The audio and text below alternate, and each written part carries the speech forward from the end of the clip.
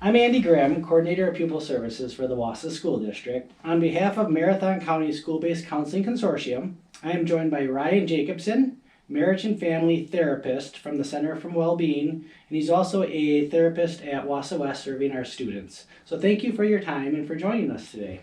Yeah, thanks for having me, Andy. I appreciate it. Today we are going to talk about suicide awareness and prevention. I understand suicide is a challenging topic to discuss and may make others feel uncomfortable or even scared. Yet we need to be courageous in these conversations and offer the support the children need. One myth is that the more adults talk about suicide with children or teens, the more likely they may attempt suicide, because the adult is putting that thought into the child's mind.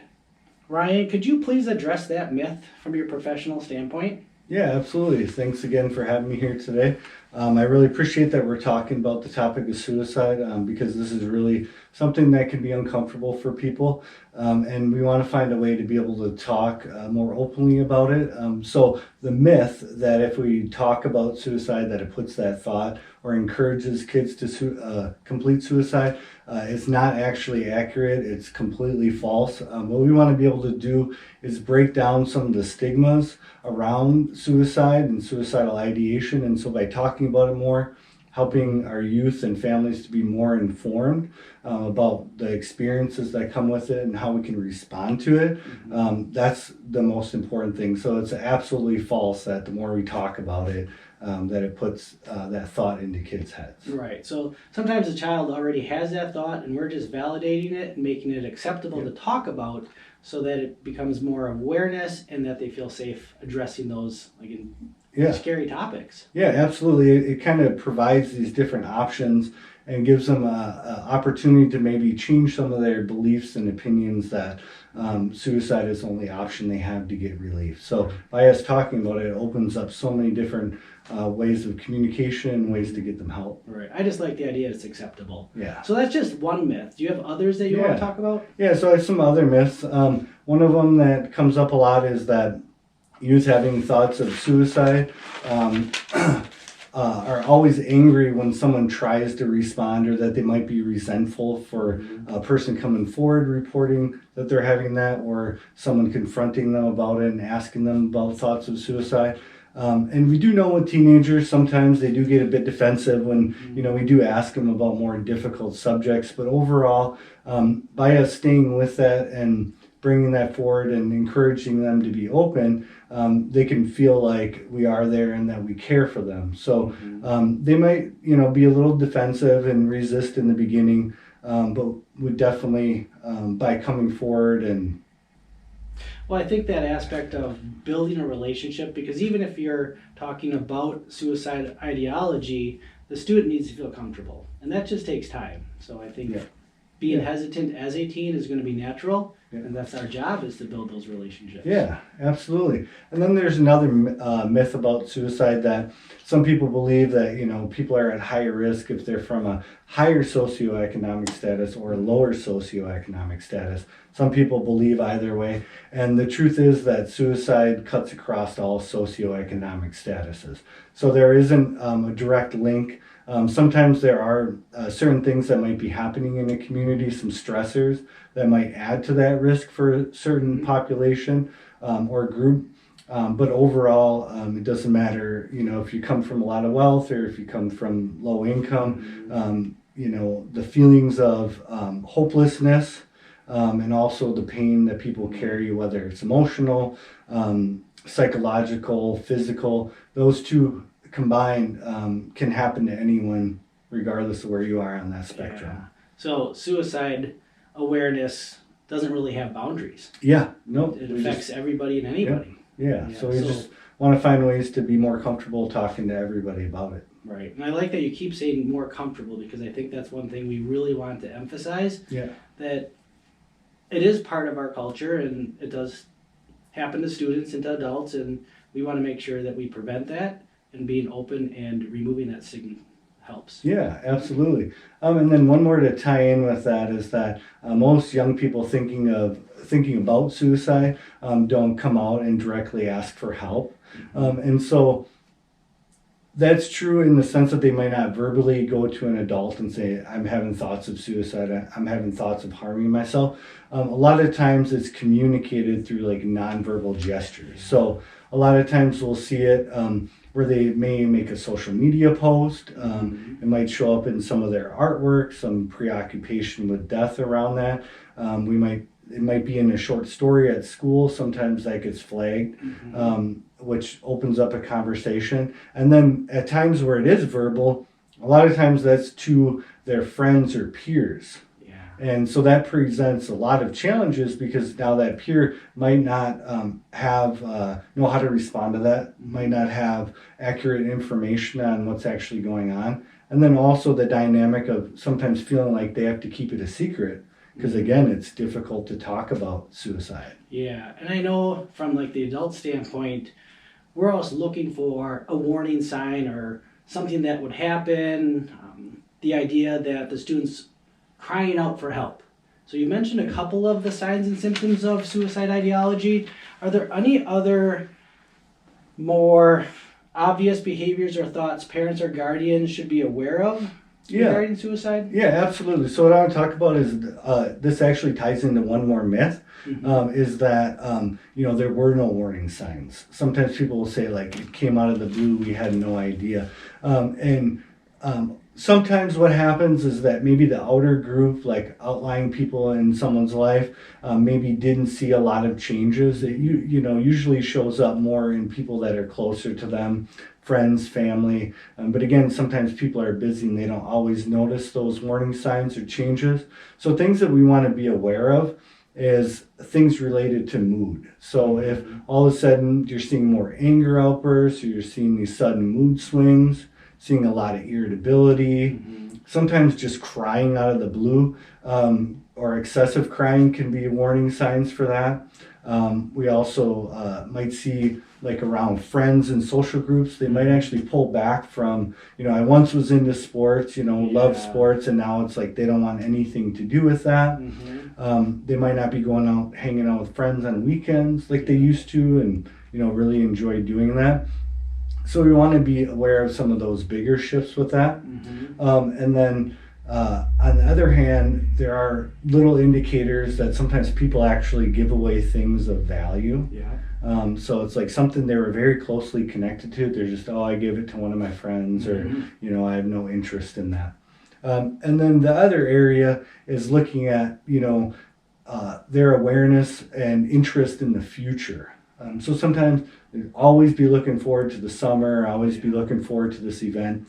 Now they don't really have interest in things in the future. They might not be talking about college or a job or things that they want later in life, and just kind of feeling hopeless. Yeah. That's the word I was thinking of, hopelessness. So I know, some of those bigger traits of giving away items, if you ever have somebody giving away their cell phone, that's probably a pretty big sign. Absolutely. And I think one more thing I will want to add is that sometimes they may have this low functioning for a long time, and then all of a sudden out of the blue, there's this like elated feeling, they're just up and everything's great. And sometimes that's an indicator that they've made a decision to end their life. And so they have this like freedom from all of that pain. So we also want to pay attention to that as well. Yeah, that's a huge factor. Let's revisit that. So you're saying if a child seems depressed and sad and for a period of time, and then all of a sudden is enlightened.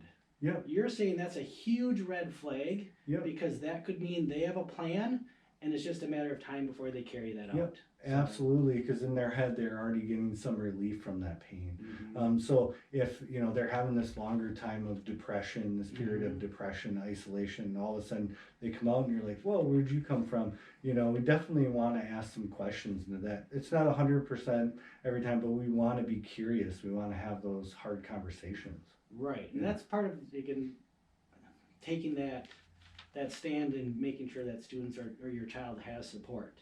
But from this child or the teen aspect, sometimes they're hesitant to talk to adults, and there's challenge in having those suicidal conversations. So from the student/child perspective, why is it difficult for them to talk to adults?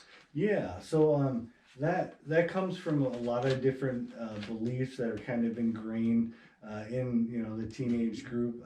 But one of the main ones that comes up is that like a fear that I won't be validated or that I'll be blamed for just trying to get attention. So those are big ones that show up for us in the therapy room that we hear a lot. And so if a student comes forward or your child comes forward and says, I'm having thoughts of suicide, regardless of our frustrations with their behaviors, regardless if they think they're just trying to get attention or get what they want, we always want to honor what they're saying. We want to take that as truth, and then look to get them support from there.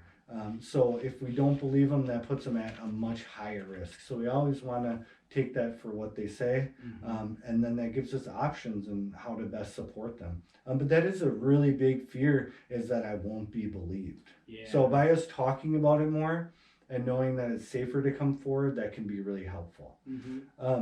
And then I have one other one that comes up a lot, is like this fear, like I'm going to be locked away in a hospital. So that's a really common one with youth and adults, is that if I report this suicidal ideation, that I'm just going to be locked away.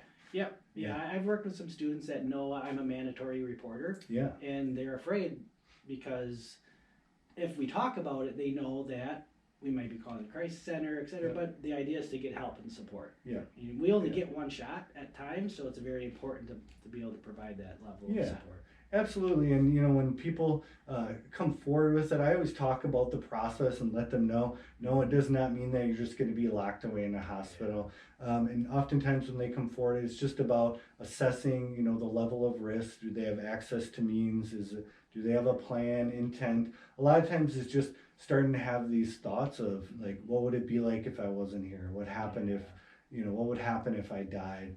And so by that, we can get them connected to, whether it's a school counselor, someone important in the immediate, and work on safety planning. If they do need a higher level of care, then we move towards that and getting assessed. And I think from the parent's perspective, to understand that this is the child's view. This is the teen's view. Like, we should meet them where they're at. Like you said, validate. We shouldn't discipline them. And we shouldn't just pass it off as, well, this is the phase, you'll get over it. Yeah, and absolutely. Again, working with students, and you may see this as well, is a lot of times they don't want to die, but they just want to get out of a situation, but they don't know other coping mechanisms. So they just say, I'd rather die as a way to get out of something. So Yeah, absolutely. And that's pretty common, is that, when we start working with that suicidal part, it's like they don't actually want to die, or they're fearful of getting, hurt in the process of, thinking of killing themselves. And so it's more of, I'm just trying to get relief. So we find that a lot of people, they're actually scared inside that they're having those thoughts. So we definitely want to validate and help them out. In addition to that, sometimes they don't actually want to die, but what they'll do is more like impulsive and reckless behaviors. So it's like, I can't bring myself to kill myself, but if I put myself in this risky situation and I die, then okay, right? And so we also want to be aware of that. If they're showing more like impulsive, risky behaviors that could result in death, we definitely want to be more aware and talk to them about what's going on. Exactly. So I'm going to go back to making it acceptable. Having those conversations and being acceptable of suicidal ideology. Yeah, absolutely. Right. So one more question. Where can someone struggling with suicidal thoughts find immediate and long-term support? Yeah, absolutely. And so depending on the severity, a lot of times if it's like an immediate risk, I have this plan, I'm going to kill myself, and they have access to means, you just need to call 911. Someone can get there and respond immediately. That's super helpful to get someone there right away. If you're a parent and you're with them, you can also always transport them to North Central Healthcare Crisis. And so if they're safe enough for you to take them there, that can always be an option. And then they're going to assess the level of risk. And so oftentimes, there will be some creation of like a safety plan. So they might determine they don't need any crisis stabilization. They just need to get connected to all the supports in their life and take care of, any weapons or things that they may harm themselves with. And then from there, you can get connected with your local mental health agencies. And so The schools do offer therapy in the school setting, which can be really helpful, especially if there's transportation issues. So you'd want to reach out to your counselor at the high school, and they can help you with the referral process, help you move through that. And then also at the end, we'll be putting up on the screen some different resources you can contact.